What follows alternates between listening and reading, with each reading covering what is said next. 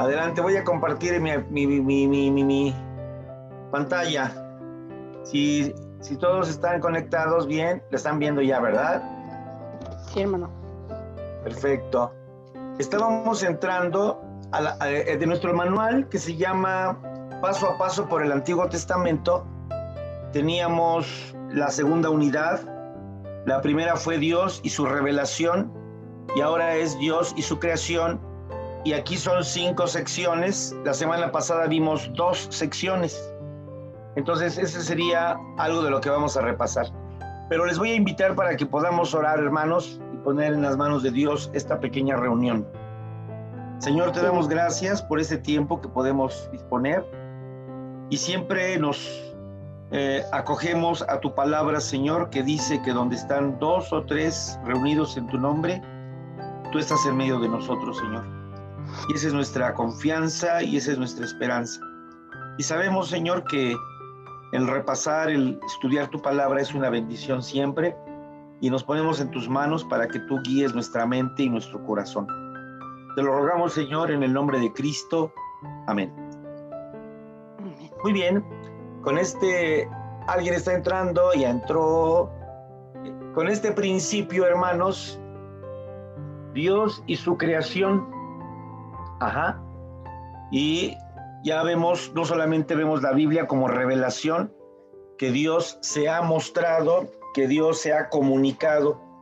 Ya habíamos dicho que si no tuviéramos la Biblia, sí podríamos pensar en Dios al ver las obras de la creación.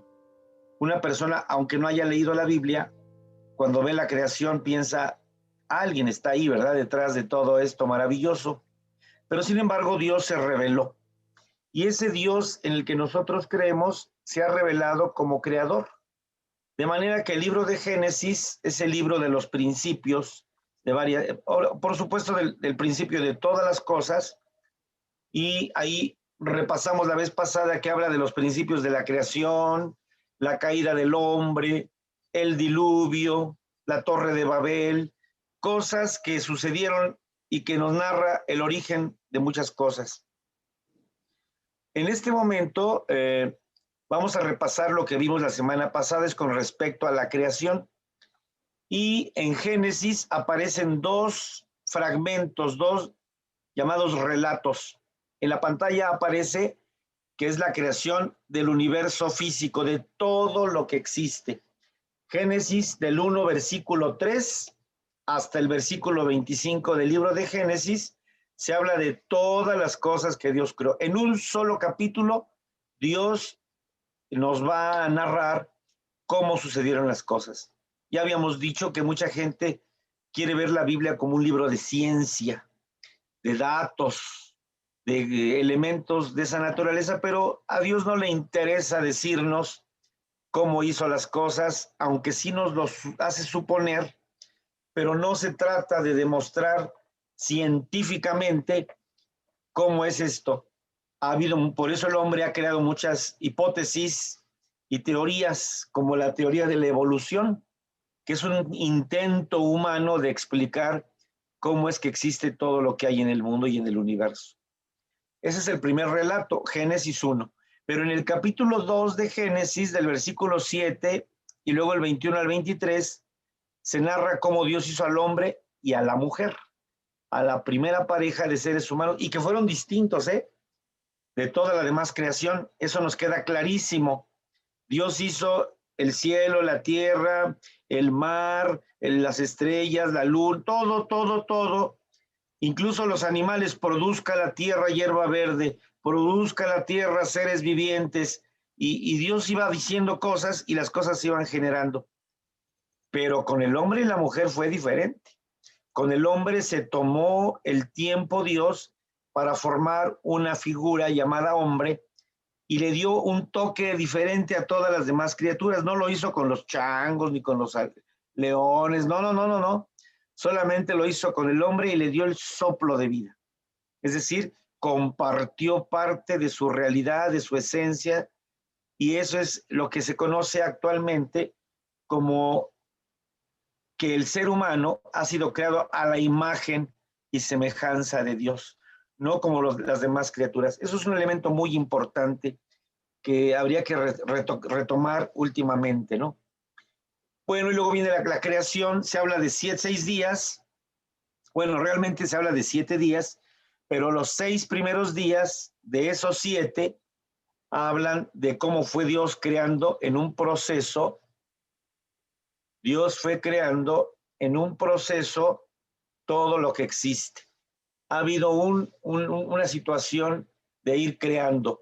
Primer día separó la luz de las tinieblas, segundo día hizo la expansión, tercer día la tierra, los mares, la vegetación, el cuarto día el sol, la luna y las estrellas, el quinto día los peces, las aves y los monstruos marinos, y el sexto día animales sobre la tierra y al propio hombre.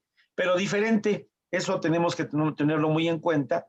Cuando se llega al sexto día, el hombre, el individuo como ser humano y como mujer, tienen un acto de creación diferente a todos los demás seres. La creación de los seres humanos en Génesis 2 señala la relación del ser humano y a la tierra. Eso significa que hay una relación íntima entre los seres humanos y la tierra. Ya lo habíamos dicho la semana pasada, no lo vamos a repetir todo. Incluso si hiciéramos un análisis de cómo estamos constituidos, nuestro cuerpo, todo lo que somos, pues en nuestro cuerpo hay por lo menos carbono, oxígeno, hidrógeno, nitrógeno, azufre, hierro y elementos que están en la tierra también. Es importante eso.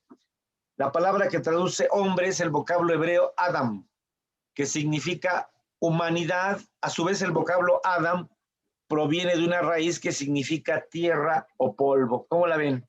El ser humano, entonces, está hecho de tal cosa. Y fíjense que cuando el ser humano se muere y es sepultado o incinerado, como lo quieran hacer ver, el hombre se reintegra a la tierra, al polvo, al humus, ¿verdad? Como dicen los latinos, el humus. Por eso de ahí la palabra inhumar y exhumar, in humus y ex humus, meter a la tierra y sacar de la tierra. El relato continúa en Génesis 2:7 porque se divide en 2 secciones ese relato.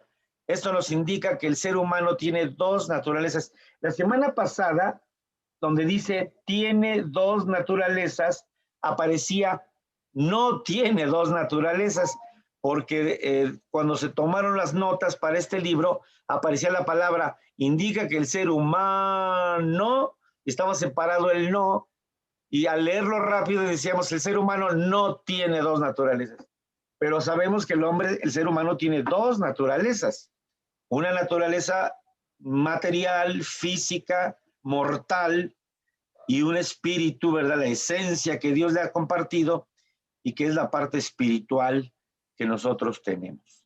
Entonces, es interesante cómo Dios crea al hombre con esas características y bueno, de ahí se van a desprender a lo largo de todo el tiempo que el ser humano ha estado sobre la tierra, pues ha expresado esa naturaleza. El ser humano tiene sensibilidad. Por ahí, de hecho, surge el concepto de arte. El arte es una expresión del espíritu del ser humano.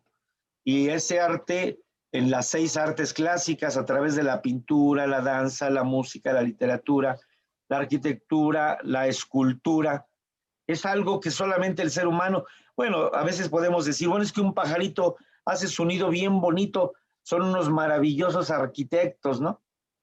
Pero el pajarito tiene el elemento que es instintivo y que hace un espacio para poder procrear a sus pollos, o como los castores en los ríos que hacen unas como presas, ¿no? Que van filtrando el agua y algunos han dicho que son los maravillosos ingenieros, ¿no?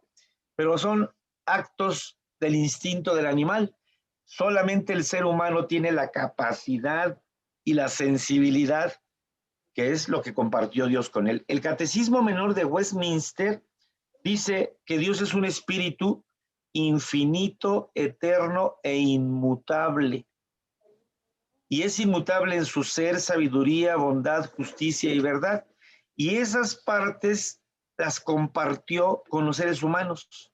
El ser humano tiene el sentido de la justicia, el ser humano tiene un sentido de sabiduría, el ser humano tiene el concepto de verdad que no tienen otros seres creados por Dios. Por eso es muy interesante ver esta parte como repaso. Y por otro lado aparece el huerto del Edén, que es un espacio, ¿verdad?, que describe la Biblia, donde Dios, después de que creó toda la naturaleza, crea a Adán y lo pone en un espacio que se llama el huerto del Edén. Preparó un lugar particular para que estuviera ahí. Y viene la pregunta, ¿qué hubiera pasado si el ser humano, Adán y Eva, no hubieran pecado? Yo creo, ¿verdad?, que si no hubieran pecado, obviamente estamos quitando un elemento pues muy, muy decisivo para todo lo que la Biblia contiene. La semana pasada yo decía que por ahí hay un librito que se llama La Palabra de Dios y la Revelación Especial. Si el hombre no hubiera pecado, no habría Biblia. No existiría la Biblia, no habría necesidad de la Biblia, porque el ser humano tendría un contacto directo con Dios, ¿verdad? Acuérdense que Dios le dice a Adán, henchid la tierra y sojuzgadla. Es decir, póblenla, puéblenla, ¿no? Llenen la tierra, dominen la tierra. Pero se interpone entre el ser humano y todo este deseo maravilloso de Dios el problema del pecado.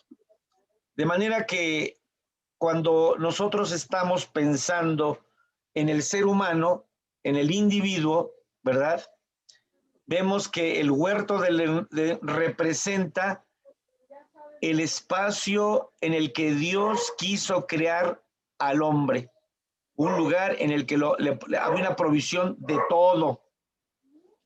Pero fíjense, hermanos, que cuando leemos la palabra de Dios, dice el Génesis que Dios se paseaba en medio del huerto. Yo no lo puedo entender. Yo no puedo entender cómo Dios, su espíritu se paseaba. Y dice la Biblia que dialogaba con la creación, con Adán y Eva, pero dice, el hombre fue creado y colocado en una situación ideal y en un huerto que suplía en abundancia todas sus necesidades. Pero en medio del huerto estaba el árbol de la vida y el árbol de la ciencia del bien y del mal. Aquí hay elementos muy misteriosos, ¿verdad?, que ponen al hombre en medio de todo lo que necesita, pero Dios le puso una condicionante. De todo el árbol del huerto podrás comer, pero menos del árbol que es este árbol. Porque del día que él comas, ciertamente morirás. Esa era la condicionante. Sí, entonces. Sí, luego, entonces. Viene una consecuencia lógica. De manera que ahí estaba el hombre en una plena libertad. Y aquí viene un problema también, la crítica al concepto de libertad. ¿Qué es la libertad? Y hemos malentendido el concepto de libertad. Creemos que la libertad es hacer lo que se nos pegue la gana, sin responsabilidad, pero no. La verdadera libertad es hacer lo que queremos dentro de los límites morales y de responsabilidad que tenemos en donde vivimos. Hoy el ser humano, tras ese criterio de aparente libertad, ha roto los límites y eso se ha convertido en un libertinaje. Hoy los grupos feministas, ¿verdad?, andan gritando por todos lados su famosa libertad y sus derechos sobre su cuerpo y están violentando el límite de la vida, que solamente Dios debe tener el control, pero a ellos no les importa ya. A esos grupos han violentado los límites y la responsabilidad que como seres humanos tenemos. Y esto va a llegar a desbordarse de una manera terrible. Ya lo estamos viviendo. El ser humano, las mujeres que abortan, nunca van a quedar en paz. Nunca van a quedar en paz porque han violentado la vida que solamente Dios puede controlar. Dios creó los animales y los trajo al hombre para que les diera nombres. Órale, una gran tarea, ¿no? En el Antiguo Oriente, el dar nombre era señal de dominio. Al nombrar a los animales, el hombre actuaba como representante de Dios y como administrador de la creación. Ese es el rango con el que Adán fue creado. Pero obviamente Adán, pues viviendo en ese estatus, estaba expuesto también porque Dios le permitió que él tuviera un verdadero libre albedrío, que hoy es cuestionable, ¿no? Porque el ser humano actualmente nace con toda inclinación hacia el pecado. De manera que ese es el huerto del Edén. Y aquí hay un pequeño mapa, sí, es Oriente Medio. Aquí está, voy a marcarlo con un puntero rojo. Ese es el mar Mediterráneo, lo que estoy marcando. Aquí está en inglés, pero bueno, ahí está. Si nos vamos un poquito más a la izquierda, llegaríamos a Italia y luego a España. Pero bueno, estamos del lado oriente del este del mar Mediterráneo y aquí está lo que conocemos como Canaán, lo que estoy marcando. Aquí abajo está Egipto y está en la península del Sinaí. Y si nos seguimos hacia el más al oriente, encontramos Bagdad, que es la capital de Irak actualmente. Aquí está Kuwait. ¿Se acuerdan de Kuwait? Con Saddam Hussein, cuando fue la guerra del Golfo Pérsico. Aquí está el Golfo Pérsico. Y cuando Saddam Hussein derramó el petróleo sobre el mar de Kuwait, que fue una catástrofe ecológica muy terrible que se dio hace algunos años. Bueno, en este territorio de Bagdad corren los ríos Tigris y el río Éufrates, y son las evidencias que tenemos donde probablemente estuvo el huerto del Edén, en algún lugar de aquí. Son territorios muy misteriosos, ¿verdad? Habría que hacer trabajo de arqueología bíblica y mandar a algunos arqueólogos lo han hecho por mucho tiempo y han encontrado cosas fascinantes. Pero vamos adelante, hermanos. La creación de la mujer, algo muy importante, por supuesto. En el huerto el hombre vivía con los animales solito, pobre Adán, pero estaba solo porque los animales no podían llenar su necesidad espiritual, moral y física. Los animales no fueron creados como Adán. Cuando uno tiene la compañía de otro ser humano, podemos platicar, podemos interactuar, podemos hacer tantas cosas, y el hombre necesitaba a alguien que fuera semejante a él y que lo ayudara. Dios hizo que el hombre cayera en un profundo sueño, tomó una parte de su cuerpo e hizo una persona idónea, ¿verdad? Aquí había un profesor que se llamaba, un pastor, alguna vez predicó en Dios con nosotros, el doctor Abel Clemente. Era un hombre ya muy grande, murió en enero de este año, falleció el hermano Abel Clemente, y él decía que cuando Dios hizo a Eva, fue la primera clonación. ¿Cómo la ven? ¿Saben lo que es clonar, no? Que a un ser vivo le retiran algunas células y con esas células producen otro ser vivo. Ya Inglaterra hizo una clonación con una oveja que se llamaba Dolly, ¿verdad? Así se llamaba la ovejita, y se hizo la primera clonación. Bueno, vean ustedes, hermanos, que aquí dice la Biblia que Dios hizo caer en sueño profundo a Adán y le abrió su carne y le retiró una costilla. Y con ese elemento hizo una mujer y le dio vida para que fuera la compañera y la ayuda idónea. Híjole, esta palabra idóneo aparece varias veces a lo largo del texto bíblico. La palabra idóneo, ¿qué es idóneo? ¿Ustedes me pueden decir lo que es idóneo?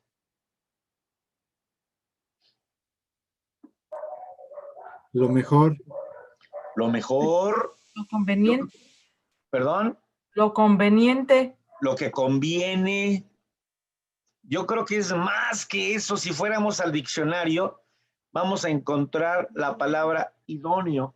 Por ejemplo, la Biblia dice en 1 de Crónicas, en el capítulo 25, que David y los jefes del ejército apartaron para el ministerio de la música a los hijos de Asaf, de Emán y Jedutún, para que profetizasen con sus instrumentos, dice, todos ellos hombres idóneos. Yo que me dedico a la música, esta palabra es muy importante. Si yo quiero formar un grupo de músicos, no puedo elegir al que sea. Siempre se busca personas idóneas. Lo hemos visto en el coro. Mejor? Que tengan ciertas cualidades, a lo mejor no el mejor, pero tiene que tener ciertas cualidades muy particulares. Es como armar un rompecabezas. Cada pieza tiene una posición correcta e idónea. No hay otra. Es esa la que tiene que entrar. A veces los niños les ha tocado ver que quieren forzar las piezas, ¿verdad? Pero no. Cada pieza tiene su posición, su forma, y decimos, esto es idóneo para esto. De manera que cuando Dios crea a Eva, le crea una mujer que corresponde, que responde también a su necesidad y a su naturaleza. Y yo creo que ese fenómeno se sigue repitiendo. Vemos que hoy la juventud, muchos de los muchachos, de los jóvenes, se aceleran y a veces resultan relaciones pues muy, muy tormentosas, ¿verdad? Decía un pastor, el pastor Erasmo González, jóvenes, no se aceleren, espérense, va a llegar el tiempo para que ustedes hagan muchas cosas y puedan encontrar su compañero o su compañera. No le ayuden a Dios, va a llegar la persona correcta, idónea. Y en esas carreras que los seres humanos tenemos a veces o se tienen, descubrimos muchos errores que se pagan muy caro con el tiempo. Claro que Dios es tan maravilloso, hermanos, que cuando nos rendimos a sus pies, Él corrige cosas que nosotros hemos hecho mal. Pero muchas veces, cuando no buscamos a Dios, esas relaciones se convierten en relaciones tormentosas y a veces, pues vemos la realidad que sigue en esas condiciones. Pero bueno, no voy a dar consejería matrimonial, nada más estoy pensando, ¿verdad?, en el punto de la mujer fue creada para ser compañera y ayuda al hombre, no su sierva. Ojo, hay que subrayar eso. En su naturaleza esencial, hombre y mujer fueron creados para vivir en compañerismo. El ser humano fue creado en pareja, un hombre y una mujer que no pueden vivir el uno sin el otro, y vive el uno para el otro. Desgraciadamente, los roles de la sociedad han creado cosas terribles, hermanos. La Biblia lo registra. Vemos que las mujeres eran personas, no se les tenía un valor por ser mujeres. Una viuda era mejor que se muriera, ¿no? Aquellas oraciones judías terribles. Gracias te doy, Señor, porque no me hiciste ni mujer ni perro, ¿no? Ese tipo de oraciones absurdas y torpes, que todavía muchos las quieren pregonar, incluso gente de las iglesias, ¿no?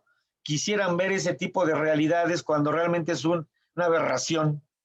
Por eso tenemos que considerar que cuando Dios habla del hombre y de la mujer, son seres compatibles. Esa es otra palabra que nos puede servir, que son compatibles.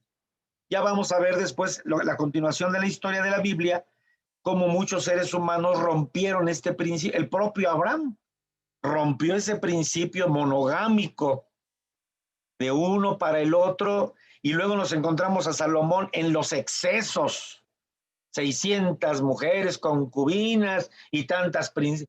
O sea, el exceso, porque era la moda. Era la moda. Entonces nos encontramos cómo se rompen los principios que Dios ha establecido. Seguimos adelante, hermanos. Déjenme darle. Obviamente, la siguiente parte es el pecado, el origen del pecado. ¿Cómo llegó el pecado al mundo? El capítulo 3 de Génesis nos narra el origen del pecado. Algunos han querido distorsionar la historia bíblica. Incluso dicen que los hombres llevamos aquí la evidencia, la manzana de Adán, porque mordió la manzana, ¿no? Y decían, aquí lo que tiene el hombre es la evidencia fisiológica o morfológica, anatómica, de que se pecó, y ahí está la evidencia. Ese es un mito, por supuesto, porque para empezar, ¿qué árbol Dios prohibió que se comiera? Si les pusiéramos en el examen, elige el nombre del árbol. ¿Era peral? ¿Era manzano? ¿O era, qué otra cosa será? ¿O un naranjo? Pues ninguno, porque la Biblia no lo menciona, solamente habla del árbol del bien y del mal, ¿verdad? Pero también hay que recordar que esto significa no que el árbol haya tenido un elemento, una pócima, como la Blancanieves, ¿no? Que llegaron con la manzanita envenenada. No, más bien habla de un árbol que Dios prohíbe como evidencia de la fidelidad, de la continuidad y de la fidelidad del ser humano ante los mandamientos de Dios. Este capítulo 3 explica por qué el mundo se halla en un estado de constante rebelión contra el Creador y lleno de problemas y sufrimiento. En el mundo que Dios creó había armonía. Eso lo vemos muy bien en Génesis 1 y 2. Los capítulos más felices de la Biblia es el Génesis 1 y 2. Son los capítulos más felices. Pero esta armonía fue destruida por la rebelión de los seres humanos contra los designios del Creador. La serpiente le insinúa a la mujer que Dios es muy exigente porque no permite que coma de todos los árboles del huerto. También le sugiere que Dios le ha prohibido algo que sería de gran beneficio. Acuérdense cómo empieza con que Dios ha dicho, y empieza a hacer un cuestionamiento a la mujer. Y la mujer inocente, ¿no?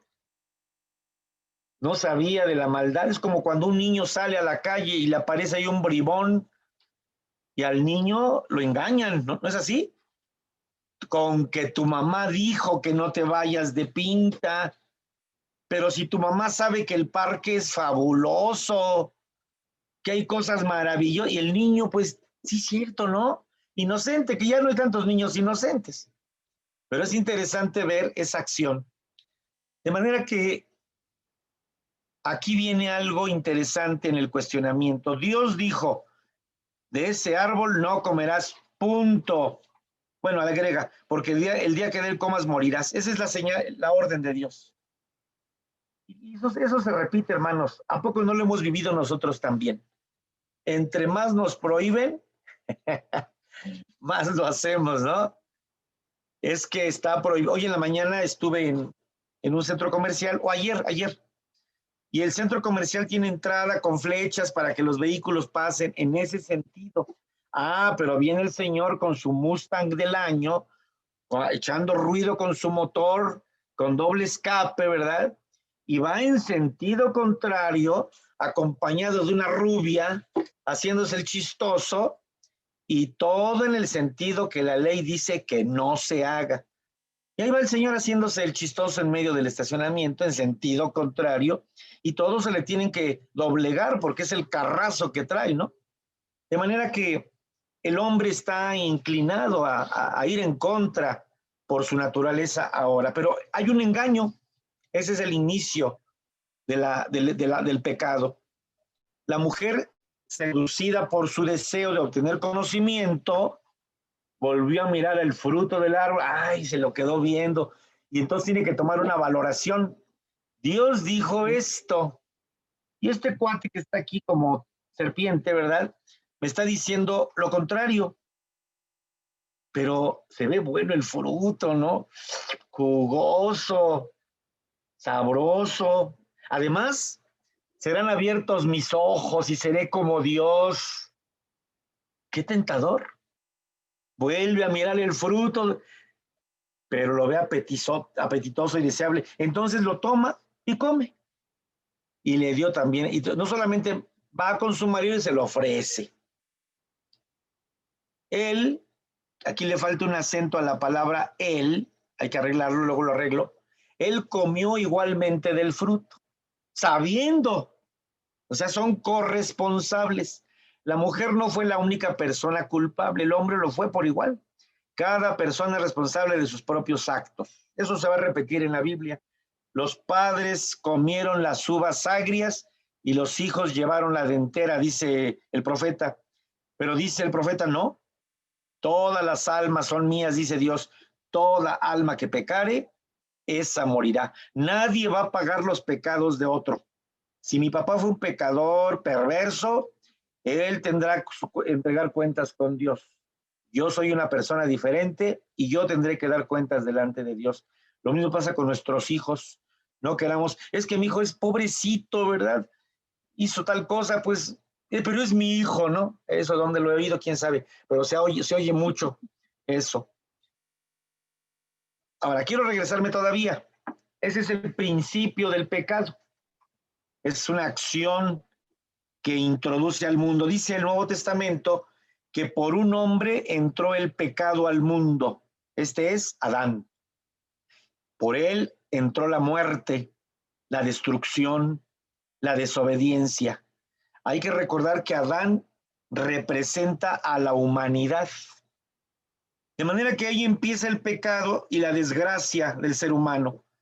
Y por eso es necesario que Dios se revele de manera especial a través de lo que conocemos como la palabra, la revelación especial o la palabra de Dios, porque si el hombre no hubiera pecado, no habría necesidad de tener la Biblia. No habría necesidad. La Biblia tiene un fin.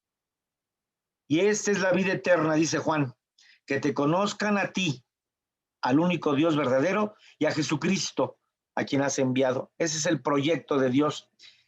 Aquí voy a hacer una pregunta. Cuando Dios hizo a Adán y Eva, y le dijo a Adán y a Eva, no pueden comer de eso, ¿ustedes creen que Dios no sabía a dónde iban a llegar las cosas? ¿Ustedes qué dicen? ¿Dios sabía o no sabía? Solamente veo, Sí sabía. dice Laura que sí sabía y ya me movió mis cositas aquí. ¿Ustedes creen que sí sabía? La hermana Raquel, conecte su micrófono. Sí sabía, hermano. ¿Está usted segura? Sí, hermano, porque pues él lo sabe todo. ¿Tiene alguna evidencia bíblica? Ay, hermano. Es un juego. Ajá, Es un juego que tenemos que manejar todos. ajá. A mí me gusta mucho la carta a los Efesios. La carta a los Efesios en el capítulo 1, versículo 3 y siguientes, hay una declaración muy interesante que escribe Pablo. Dice, bendito sea el Dios y Padre de nuestro Señor Jesucristo, que nos bendijo con toda bendición espiritual en los lugares celestiales, según nos escogió en Cristo antes de la fundación del mundo, para que fuésemos santos y sin mancha delante de Él, en amor, habiéndonos predestinado para ser adoptados hijos suyos por medio de Jesucristo, según el puro afecto de su voluntad. Aquí nos está diciendo Pablo que antes de que el mundo, y voy a regresarme a algunas diapositivas, antes de estos días, que Dios separa la luz de las tinieblas, hace que haya expansión, todo, cuando Dios estaba haciendo el maravilloso mundo, en su mente ya nos estaba viendo a nosotros. Ya sabía que el pecado iba a entrar al mundo y Él tenía un plan maravilloso de redención.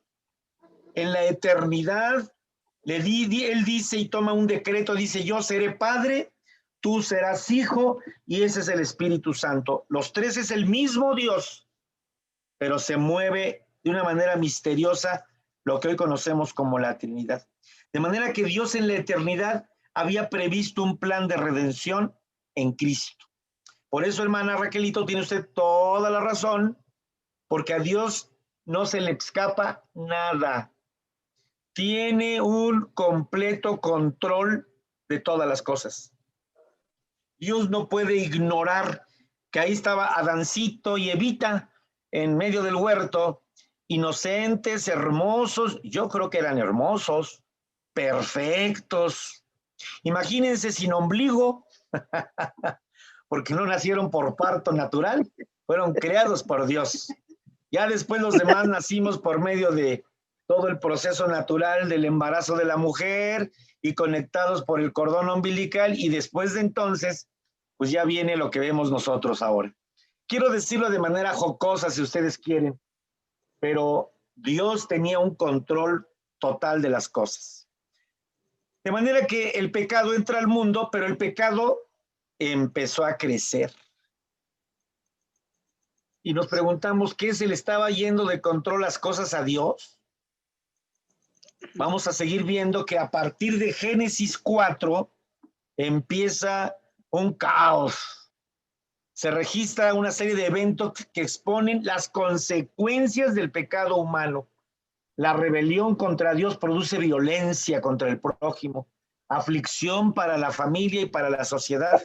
La rebelión del ser humano resultó en una inmensa corrupción del orden moral y espiritual que Dios había establecido en este mundo.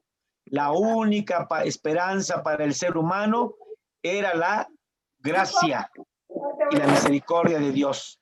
Hay que recordar que la gracia lo entendemos como un don inmerecido. A pesar de que el hombre pecó, Dios lo ama, nos ama. Bueno, hablamos siempre el pobre Adán, pero la verdad también nosotros mismos estamos en ese grupo. La acción del hombre, ¿verdad? El ser humano es objeto de la gracia de Dios. Después de que el hombre y su mujer salieron del jardín, porque fueron corridos, dice la carta a los romanos, por cuanto todos pecaron y están destituidos de la gloria de Dios. Uy, ¿saben lo que es ser destituido? Imagínense que ustedes tienen un puesto muy bonito, un cargo, llegan a ser funcionarios de una actividad o directores, pero ante un error públicamente se le llama al funcionario y se le destituye de su cargo y se le dice que falló, que no es digno de tener ese cargo honroso. Y entonces el ser humano es destituido de la gloria de Dios. Ese es el castigo, porque ese era el castigo. El día que comas de este árbol, ciertamente, con toda seguridad, eso quiere decir ciertamente, morirás. Así es que y acuérdense que el pasaje dice que fueron expulsados del huerto. Después de que el hombre y su mujer salieron del jardín, Eva concibió y dio a 2 hijos, ya con la sentencia de Dios que iba a tener a sus hijos con dolores. Y el hombre iba a producir, de su trabajo tendría que conseguir su beneficio con el sudor de su frente. Por eso los políticos, como no sudan, creo que por eso viven como viven, ¿verdad? No están bajo la maldición de Dios. Al primero lo llamó Caín y al segundo Abel. Y ahí viene otro acto de pecado, de deterioro moral. El primer fratricidio, es decir, el asesinato de un hermano, imagínense, por la envidia, por la codicia, por el enojo y la ira. Los muchachos crecieron y aun cuando aparece tiempo todavía no había ninguna instrucción de parte de Dios al respecto. En algún momento ellos sintieron la necesidad de traer una ofrenda a Dios. Sí, no hay evidencias de que había un culto a Dios, pero tampoco había leyes establecidas como las hizo Moisés. Si es verdad, tenemos que entenderlo. Las leyes morales, como lo marca el libro de Levítico y Hebreos, que traían ofrendas a Dios. Esto nos dice un poco que tanto Abel como Caín fueron educados por Adán y Eva. Adán y Eva conocieron a Dios, conocieron de la maravilla de Dios, de su misericordia, de su provisión, y seguramente le contaron a sus hijos, pero nosotros desobedecimos, hijitos. Abelito y Caíncito, ¿no? Pero ustedes tienen que amar a Dios porque Él es el sustentador. Y yo creo que así fueron educados esos 2 niñitos. Y por eso llevaban sus ofrendas al Señor. Lamec fue el primer polígamo en la historia humana. Se casó con 2 mujeres, Ada y Sila. Pero no solo eso, sino que Lamec vivía según su propia ley.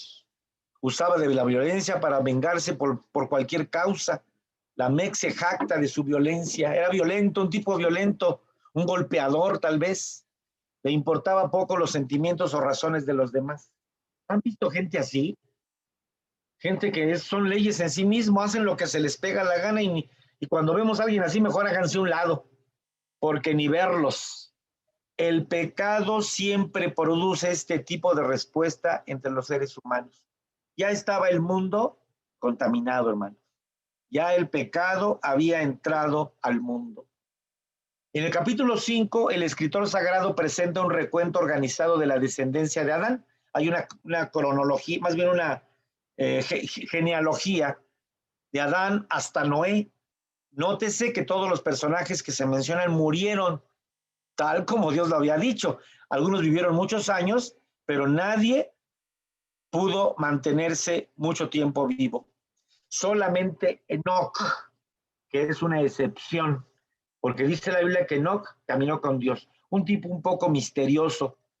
La larga vida de los patriarcas ha creado un problema de interpretación para muchas personas. Dice la Biblia que Adán vivió 930 años y Matusalén 967 años. ¿Cómo explicar la larga vida de estos personajes? Algunos han dicho que a lo mejor los años se contaban de manera diferente.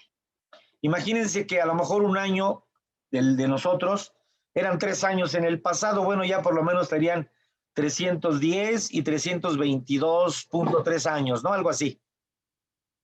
Pero son teorías, nada más. O años de existencia de un clan, no necesariamente de la persona. No dice eso la Biblia, por supuesto, son algunas explicaciones. O que precisamente porque el pecado fue aumentando, también la vida de los seres humanos ha ido cambiando. Son algunas explicaciones, no lo vamos a definir, pero lo cierto es que la Biblia habla de esas vidas largas de algunas personas. De manera que el pecado está en el mundo, el pecado está presente en la vida del mundo. Hoy lo vemos nosotros, ¿no les parece, hermanos? Y a lo largo de la historia vemos que viene el diluvio como un acto de Dios. Es la siguiente parte. Ha habido acciones de Dios, incluso esta pandemia en la que estamos viviendo hoy. ¿Cuántas personas han muerto por esta pandemia? Millones de personas en todo el mundo han estado muriendo. El cáncer es un deterioro del ser humano, porque hay cáncer de cerebro, cáncer de páncreas, cáncer de colon, cáncer de estómago, cáncer de próstata. Es una situación terrible y todo esto solamente lo podemos explicar a causa del pecado. ¿Algún comentario hasta aquí, hermanos? Estoy abierto en esta sesión. ¿Me creen todo lo que dije?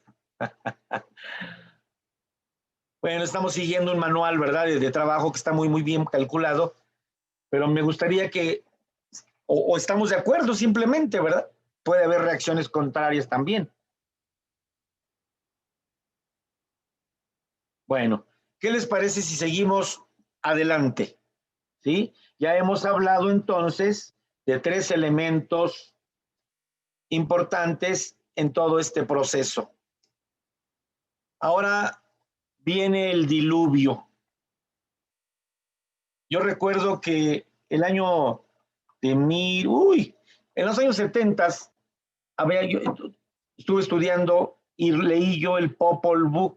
Ya no lo he vuelto a leer, pero cuando lo leí me sorprendió mucho ver la narración del diluvio que se cita en un libro de Mesoamérica, no tiene nada que ver con Oriente Medio, que fue escrito por los antiguos pobladores de lo que es Mesoamérica y narran a su propio estilo este fenómeno que se ha llamado el diluvio universal. La raza humana había llegado al extremo de la corrupción, según la Biblia, en el tiempo de Noé.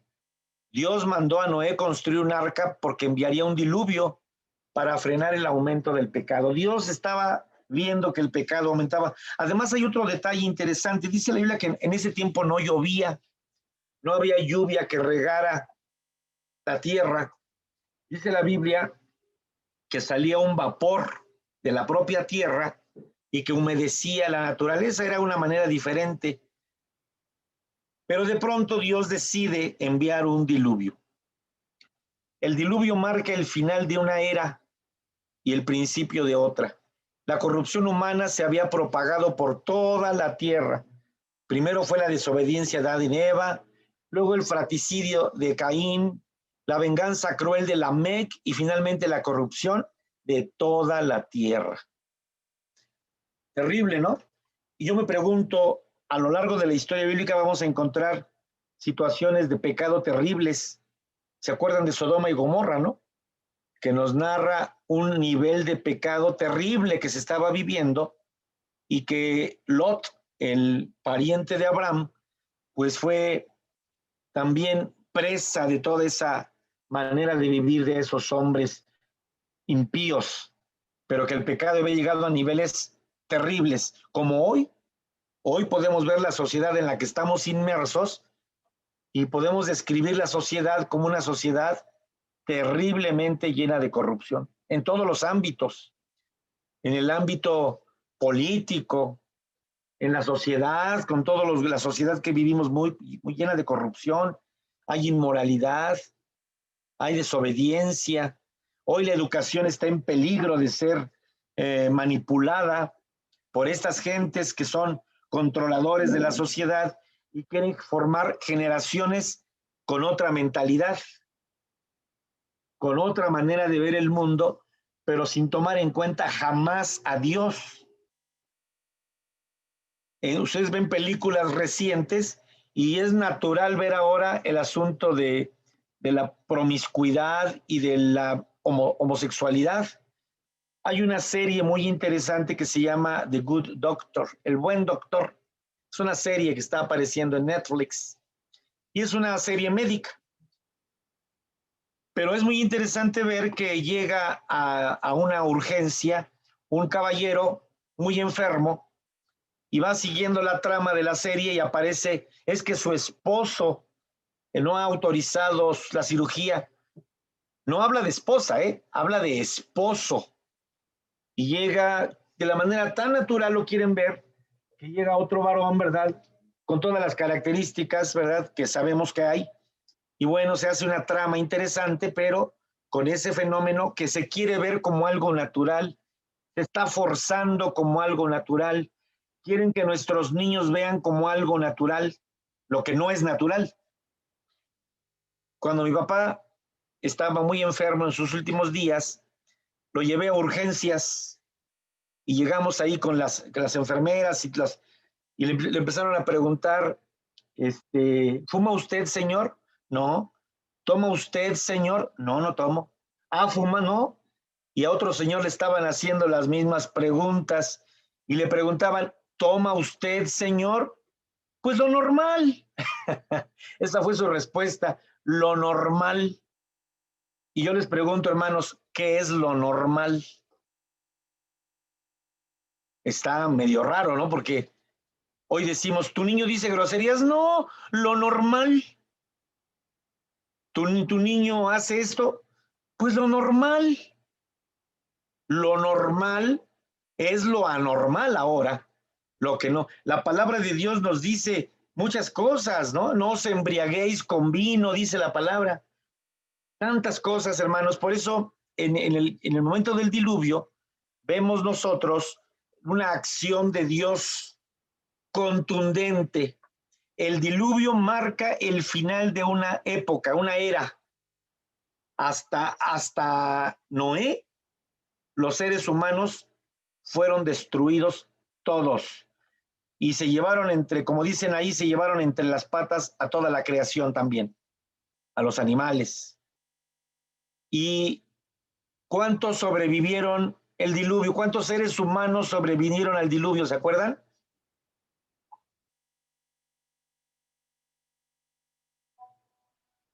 ¿Cuántos hijos tenía Noé? Son preguntas de escuela dominical, ¿no? Tenía tres. Sem, Cam y Jafet. Y sus esposas, ya son 6. Y Noé y su esposa, ya son 8. 8 personas sobrevivieron al diluvio. y después del diluvio se volvió a poblar la tierra, con la promesa de Dios de que no volvería a destruir la tierra con el diluvio, y Dios deja una señal, que es el arco iris, que ha sido tomada por los grupos modernos llenos de corrupción como símbolo, pero no vamos a discutir eso tampoco hoy. Después viene la Torre de Babel, otro símbolo del pecado, de la corrupción, de la soberbia. La Torre de Babel es otra evidencia de la rebelión de los seres humanos contra los propósitos del Creador. Dios deseaba que la nueva generación humana pudiera restaurar la tierra después del diluvio y repoblarla. Ese era el deseo de Dios. Por supuesto que Dios sabía que no iba a ser así, ya lo sabía Dios. Pero fíjense que los actos portentosos de Dios o terribles que pueden suceder solamente nos confirman lo que la naturaleza del hombre de por sí es. Pero la nueva generación no quiso dispersarse por el mundo, querían mantenerse unidos y construyeron una torre. ¿Qué hizo Dios para detener esta construcción? Como lo dice Génesis 7, 8 al 9, y ahí vamos a encontrar la historia de la torre, que lo que hace Dios, dice que hablaban todos el mismo idioma, la misma lengua, pero que Dios confundió sus lenguas. Ese es un fenómeno interesante. Hoy los que estudian lingüística y esas materias, ¿verdad?, que estudian la complejidad del lenguaje, porque los lenguajes son bien complejos, ¿eh? Una cosa es hablarlo y otra cosa es estudiarlo. Hablar español, hablar inglés, hablar alemán, cualquier idioma. Nosotros crecimos oyendo el idioma y lo aprendemos por imitación. Pero cuando queremos estudiar un idioma por su estructura, por sus características, descubrimos, por ejemplo, que el español es más difícil que el inglés. Mucho más difícil su estructura. El inglés es mucho más sencillo en su estructura, aunque no es fácil aprenderlo, por supuesto. Pero Dios tuvo esa decisión de confundir las lenguas para desviar la intención del ser humano. Es la otra evidencia. De los hijos de Noé, tenemos que está Noé, Sem, Cam, los descendientes de Sem es Abraham, y los descendientes de Cam es Nimrod. Ya vienen. Es muy importante estudiar las genealogías, aunque a veces decimos, ay, ¿para qué estudiar tantas genealogías? Uno de los libros más aburridos de la Biblia, según yo, es el libro de Números. No sé si les ha tocado ver las genealogías, ¿no? Los censos, pero tiene sentido. Para Dios eso tiene sentido, el poder ver la evolución. Cuando leemos el Nuevo Testamento, en Mateo, por ejemplo, dice la Biblia que de Abraham a David hubo tantas generaciones, y de David en fin, hacen una serie de saltos históricos narrando las generaciones, porque para la mentalidad hebrea o judía eso es muy importante. Bueno, hermanos, con esta sesión termina el capítulo 2 de esta parte. Dios y su creación está formada de 5 temas. Así que en esta tarde lo hemos observado, lo hemos seguido. Y bueno, ¿algún comentario, hermanos, que quieran ustedes aportar?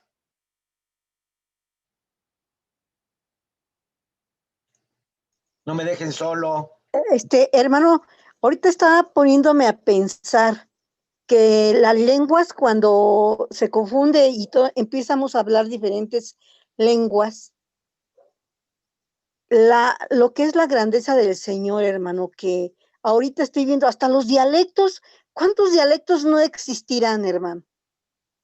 Pues sabemos que cada país, por ejemplo, México, ya se ha dicho que los dialectos no deben ser llamados dialectos, son idiomas. Lenguas también.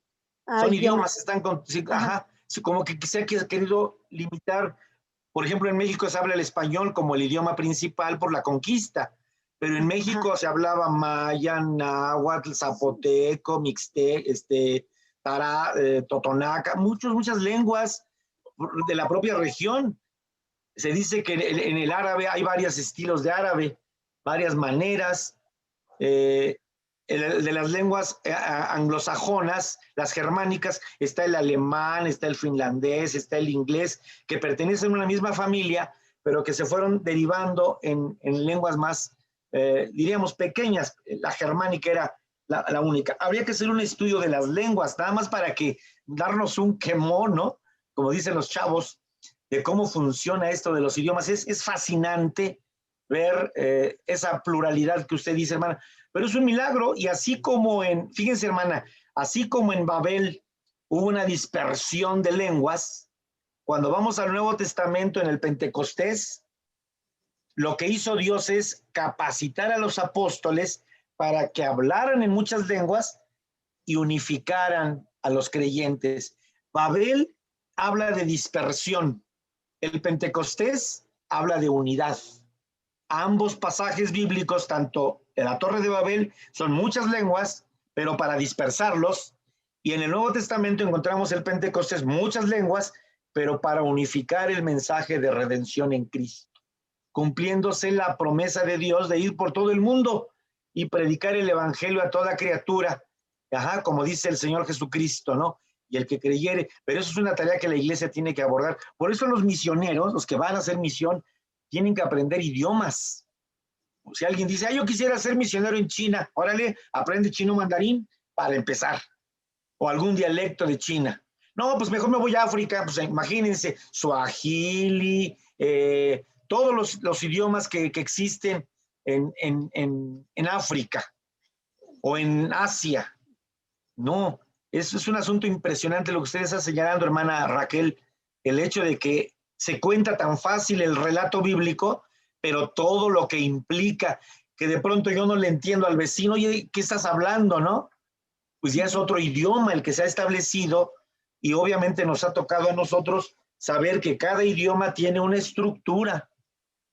Por ejemplo, el español tenemos que hay sujeto, verbo, complemento, que ese es un sustantivo, que hay un análisis sintáctico, análisis semántico, y bueno, todo un rollo para tratar de cómo se conjugan los verbos, presente, pasado, futuro, copretérito, pospretérito, antepresente, antepasado, y todos los niños, yo me acuerdo, ustedes a recordar también, hermana Raquel, cómo nos hacían conjugar los verbos en el cuaderno, y todos los verbos, y decimos, ¿y eso para qué me sirve? Pues para hablar bien, ¿verdad? Para que yo diga haya o haya, ¿verdad? Y cosas como esas que hablan de cultura y de conocer bien un idioma. Es interesante esa apreciación. Pero bueno, ese es mi punto de vista, ¿verdad? Aquí todos tienen derecho a hablar y opinar y nada más yo estoy guiando el curso, pero la verdad, creo que todos tenemos experiencia en la vida cristiana y ver que la Biblia es una maravilla, es una maravilla. ¿Qué más, hermanos? Están muy silenciosos hoy.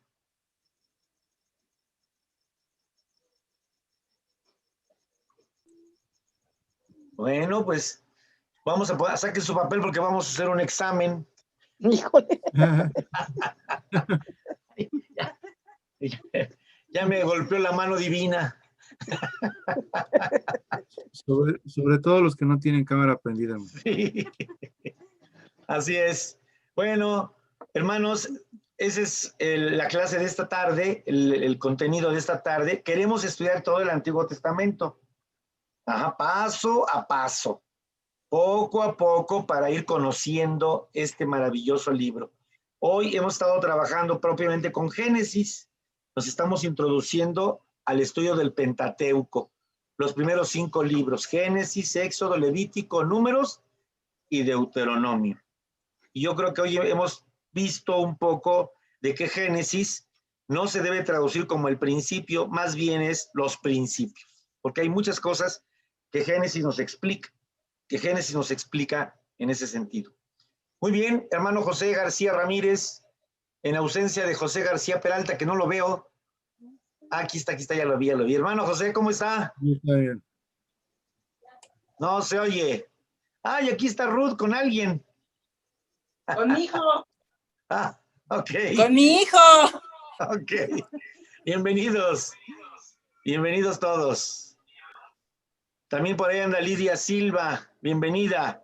Gracias, aquí con mi mamá también. Perfecto. Y aquí Rosaura, que se esconde, pero ahí sabemos que está porque hay evidencia gráfica de su presencia. Ah, qué bueno, bienvenidos. Dios les bendiga, hermanos. Ojalá que sea de bendición para todos nosotros poder acercarnos a la Biblia. Creo que es lo mejor que podemos hacer.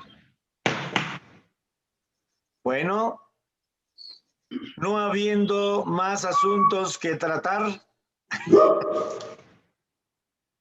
Muy bien, vamos a despedirnos, hermanos. Estoy tratando de dar tiempo para que todos puedan opinar, ¿verdad? Pero creo que soy excelente profesor. Estoy fascinado de mi capacidad docente porque nadie me pregunta. Otra más. O no se entendió nada. ¿Cómo? Se vio por ahí un zape al profesor. Creo que vino del cielo porque... Sí, y tiene una manga color rosa. ¿Así? Esa mera. Bueno, pues vamos a terminar, hermanos. Qué gusto verlos. Ojalá que podamos promover que haya más asistencia, dado lo que representa todo esto, pues valdría la pena, ¿verdad? Pero yo estoy de acuerdo con que aunque estemos 2 o 3 y podamos ser bendecidos, eso es satisfactorio al final de cuentas. Pero qué bueno que podamos invitar a otros. Sería bueno también. Bueno, pues, hermana Raquel, Dios le bendiga. Hermana Normita, hermana Rosaura, Lidia y Marta, Ruth, José, papá, y todos, que Dios les bendiga. Vamos a terminar en oración. Les voy a pedir que terminemos en oración. Hermana Raquel, despídanos en oración, por favor. Permítame, hermano. Adelante. Bendito Padre Celestial, te damos gracias, Señor, por esta bendición que nos das de poder escuchar tu palabra, de poder aprender, Señor. Gracias, Padre Santo, porque vamos conociendo algunas cosas que no habíamos captado, Padre. Te pedimos que les dé sabiduría a nuestros hermanos, que con todo amor y con toda paciencia nos lo explican, Señor. Tú les das de tu sabiduría, Padre tan Santo. Suplicamos, Padre, que en nuestro diario vivir, Padre, podamos aplicar el conocimiento que vamos teniendo de ti, Padre mío. Gracias, Señor, por mis hermanos que pudieron tener esta bendición y que también, Padre, prepara en los corazones de los demás hermanos el tiempo para que también puedan aprender de ti, de tu palabra, Padre.